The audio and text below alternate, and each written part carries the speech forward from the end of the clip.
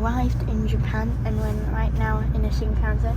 And look, it's just about to go off to Shin-Osaka because we're going to the expo.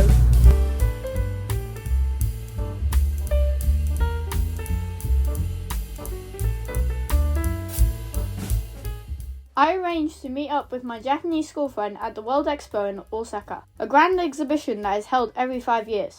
At Hiroshima Station, we bought the famous Hiroshima patent cream pan. See what it looks like inside.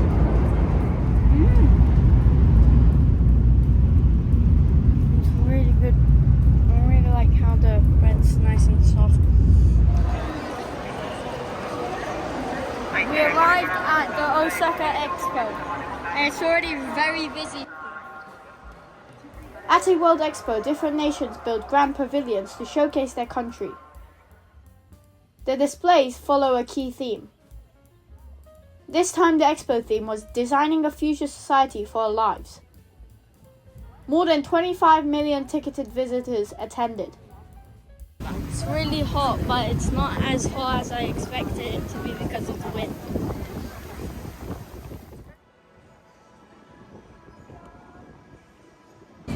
This is Myaku-Myaku. It's the official character of the Osaka Expo. It's a mysterious creature made of cells and water with multiple eyeballs. I thought it looked a bit creepy.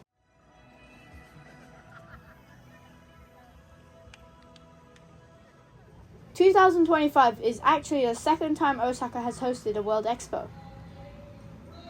It also hosted one in 1970. According to the Guinness Book of World Records, the Grand Ring is the largest wooden architectural structure on Earth. It covers more than 61,000 square meters. 3 different types of wood were used to construct it: Japanese cedar and cypress wood and Scots pine from overseas. I thought it looked really spectacular. The Grand Ring also provided some welcome shade from the sun. There were lots of pavilions to see, but getting inside them wasn't so easy. Most pavilion tickets had to be requested well in advance and were handed out using a lottery system. So if you held an entry ticket, you were one of the lucky few. It was still interesting to see the pavilions from the outside though. They were all different shapes and sizes. I thought this one looked like it was made from natto straws.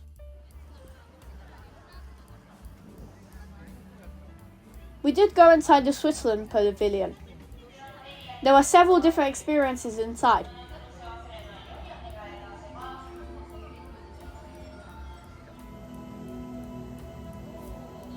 I tried popping the bubbles in this display, but I couldn't quite reach them.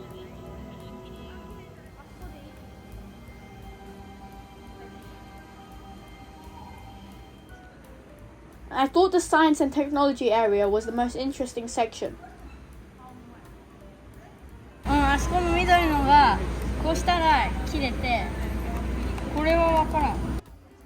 Another long queue, this time for the China Pavilion.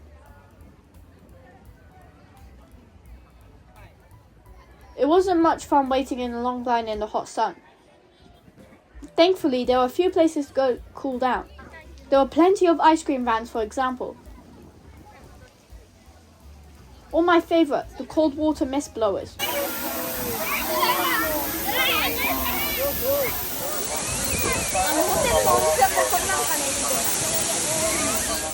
Many of the smaller countries were grouped together inside a single pavilion. Some were nations I had not heard of before. We tried out some of the musical instruments.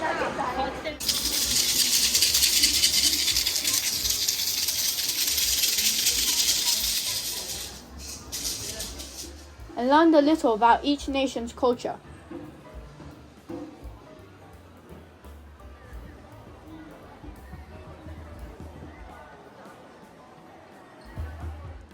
To watch the evening events, we travelled up to the top of the Grand Ring. From there you could get a great view of the pavilions. There was a nice breeze blowing in from the sea too. Before long, the light faded and a spectacular water show started. I enjoyed watching this. Images were projected onto a large water fountain. It reminded me of some of the water fountains I had seen in the past in Las Vegas. The music got more dramatic as the show built up to the grand ending.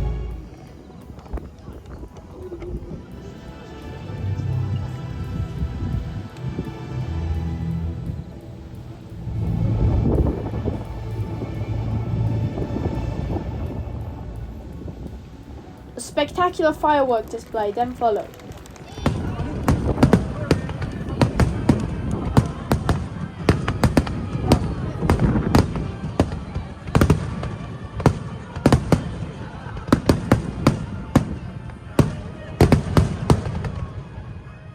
We started to walk towards the exit. Look at this huge Gundam character. This immersive experience exploring natural landscapes was quite cool.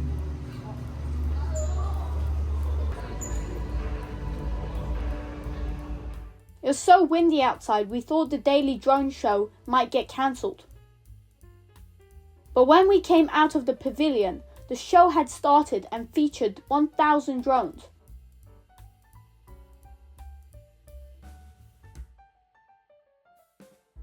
I learned that an even grander version was held on the first day of the World Expo when the use of 2,500 drones set a new Guinness World Record. It was my first time to see a drone show and I was quite impressed. At the end, the drones formed into big exit signs to help you find your way to the station. We enjoyed our day at the Expo 2025. But because the pavilions had to be booked in advance via a lottery system, you were quite limited in what you could see when you got there. The many pavilions were still interesting to see from the outside though. We followed the crowds to the train station and headed into Osaka for the night and a well-deserved rest. The next day we visited the OSTEC exhibition hall. This is a hands-on science and technology museum that teaches you through different activities and games. It was free to enter and it turned out to be a lot of fun.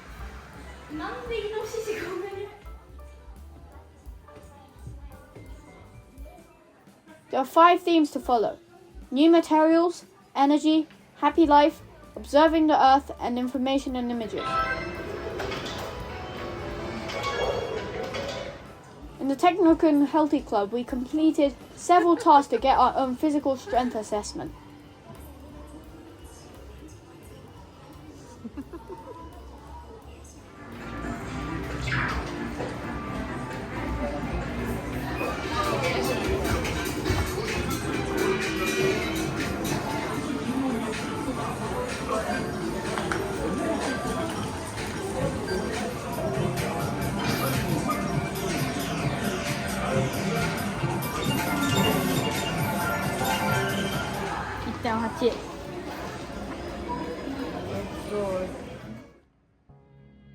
In the evening, we went to a Yakitori restaurant for a big meal.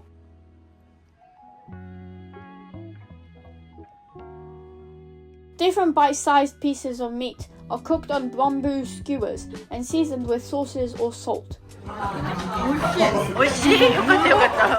We tried a lot of different skewers.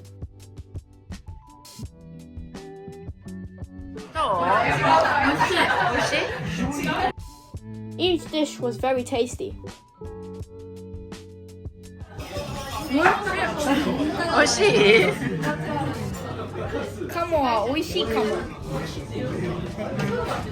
Duck meat. 美味しそうだよ。ああ、美味しそう。どうですか？I had never tried this vegetable before. Makamodake is a stem of a wild grass, also known as water bamboo.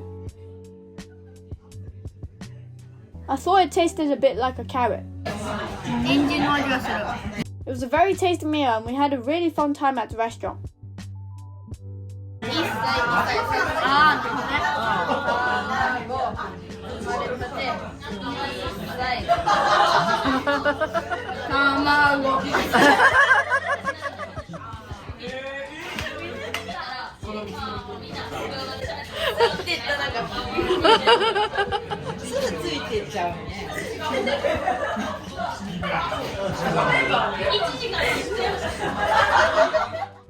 For a final day in Osaka, we visited the Nakanoshima Museum of Art, or NAKKA for short.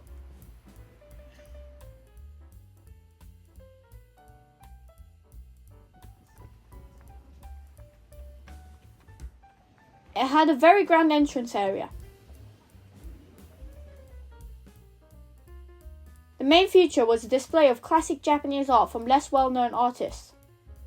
Visitors were encouraged to use their own eyes to discover tomorrow's national treasures. There were some really cool paintings and mosaic screens inside, but filming inside this part of the exhibition wasn't allowed. We could video outside though. This huge astronaut cat was created by Osaka-born artist Kenji Yanobe. I bet its home planet will be an interesting place to visit.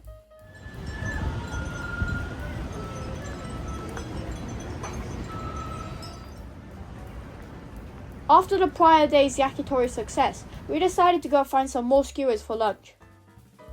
Once again, there were many tasty dishes.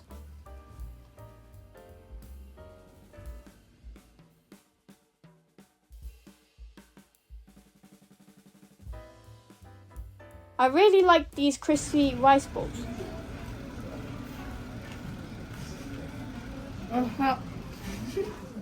We used egg yolk as a sauce.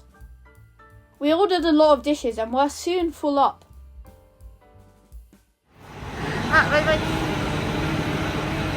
Sadly, it was now time for my school friend to catch his bus back to Tokyo. I still had time to do some last-minute shopping at the train station. There were a lot of Osaka Expo souvenirs available there, most of them featuring the Myaku-Myaku mascot.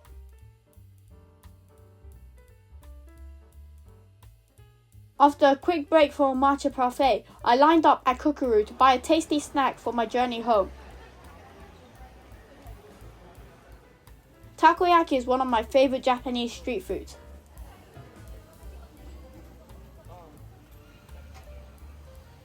I bought a box of the delicious octopus balls, grilled in batter to enjoy on the Shinkansen. It brought an end to a really fun weekend spent in Osaka with my friend. If you liked this video, please subscribe down below.